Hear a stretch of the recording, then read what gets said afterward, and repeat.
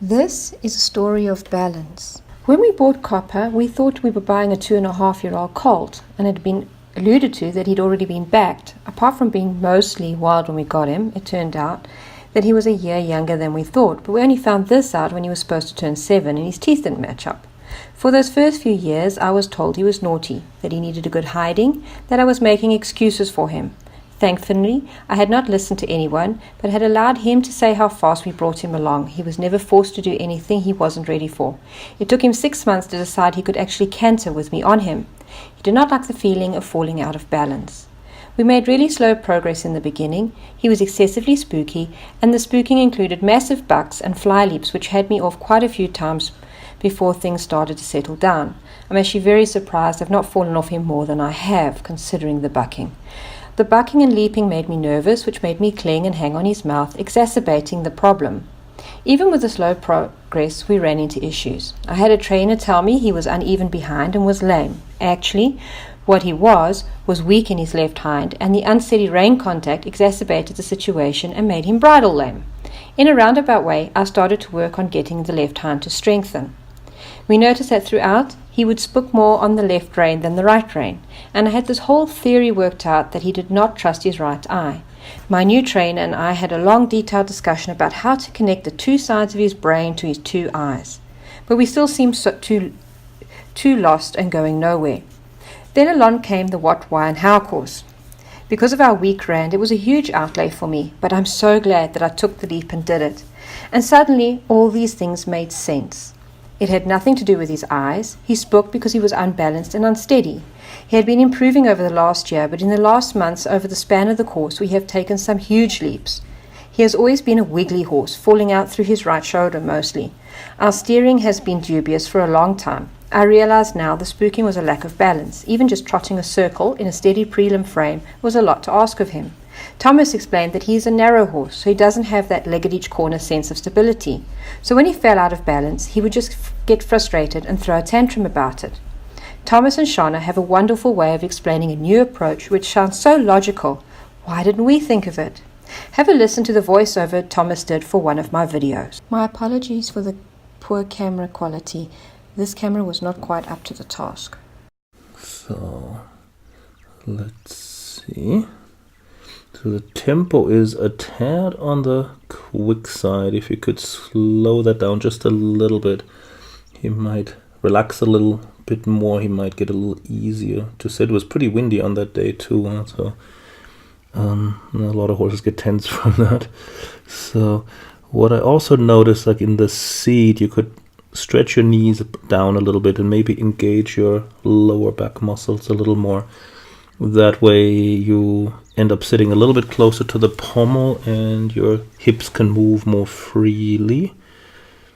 And if you slow down the tempo, then it's a little easier to sit. It looks like he's not the most comfortable horse in the world to sit. So there, the contrast is a little hard to see what he's doing exactly. It blends into the background a little bit. So the angle looks okay there. He looks like he might be falling a tiny bit over the outside shoulder, bulging a little over the outside shoulder, but it's hard to tell from that angle. So just in the shoulder in right, if you remember to shorten that outside rein a tad, that will help. Then the counter shoulder, and it's probably a little bit steep as far as the angle goes, and then he almost loses rhythm a little bit. Back up a little here. See there? If you... Oops, sorry, that was going in the wrong direction.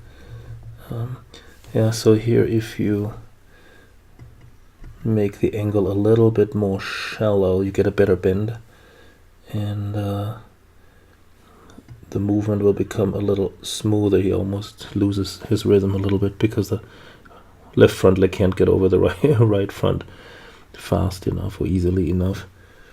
So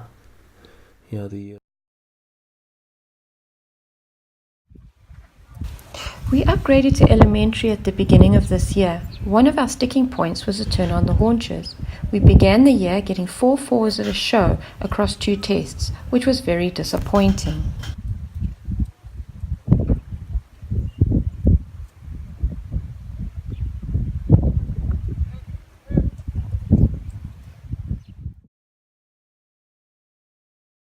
We got back from the show, and with the analysis of what was going wrong and suggestions for exercises from Thomas and Shana, as well as input from the course community, we turned those 4s into 6s and 7s through the year.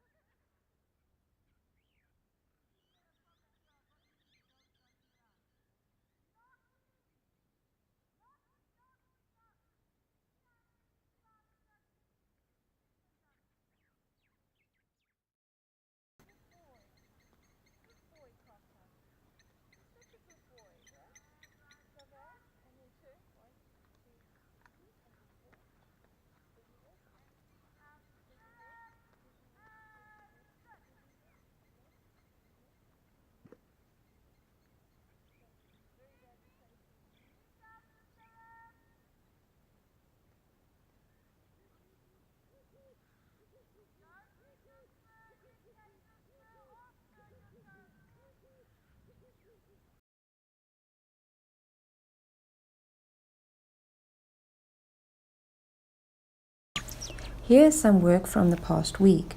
We've been focusing on straightness as he has a penchant for pushing his butt to the left and falling over his right shoulder. The exercise we designed was to ride him in a slight renvers on the left rein and slight counter shoulder into the right.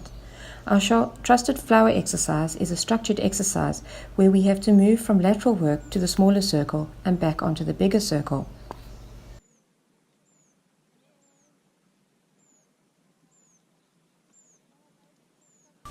The stretchy work on the circle after the exercise shows the development of the pace and the improved straightness. Through the structured exercises, we have managed to gain control over the different parts of his body. The spooking is down to a minimum, and he is happier in his balance, proving that spooking was indeed balance related. He loves the cone exercises. He seldom rides over a cone and is very apologetic when he does. Combining movements into interesting and complex patterns keeps his mind engaged and reduces the amount of distractions that steal his interest. He is also a big fan of the Arena GPS exercises. I bought him the 1.1 book for his birthday last year. My trainer said he probably would have preferred carrots. But he has enjoyed working through the exercises with me, starting in walk and progressing through the paces depending on the exercise. The course made these exercises even better as we now know how to choose the correct exercise for what we are working on. As an aside, apart from learning how to create and apply exercises to improve my horse and becoming part of a like-minded community through the Facebook groups, I think we have all discovered how much we have learned about technology. From creating and uploading videos for review to live Facebook get-togethers and designing and drawing exercises to upload online. I also learned how useful a static camera is beside the arena, which has become an integral part of my schooling regime. In conclusion, Thomas and Shana are worth their weight in gold. They are supportive and give thoughtful, positive feedback whilst teaching us an independence in being able to think through our issues and find solutions for our particular horse, allowing each one to be different. As I mentioned before, with our weak rand, this course worked out expensive, more so when it gave me the excuse to buy the GoPro for beside the arena. However, I can wholeheartedly advise anyone who is serious about improving their horse to take the leap and join the course. Every time I go back over the coursework, I find new nuggets of information I can apply now. Thank you to Thomas and Shana for coming up with this novel concept. Who thought you could have dressage lessons on Facebook? I love the entire setup, Shana's diagrams, the live sessions, the weekly newsletters, and I cannot wait for the Flying Changes course. Sorry, I had to get that in there.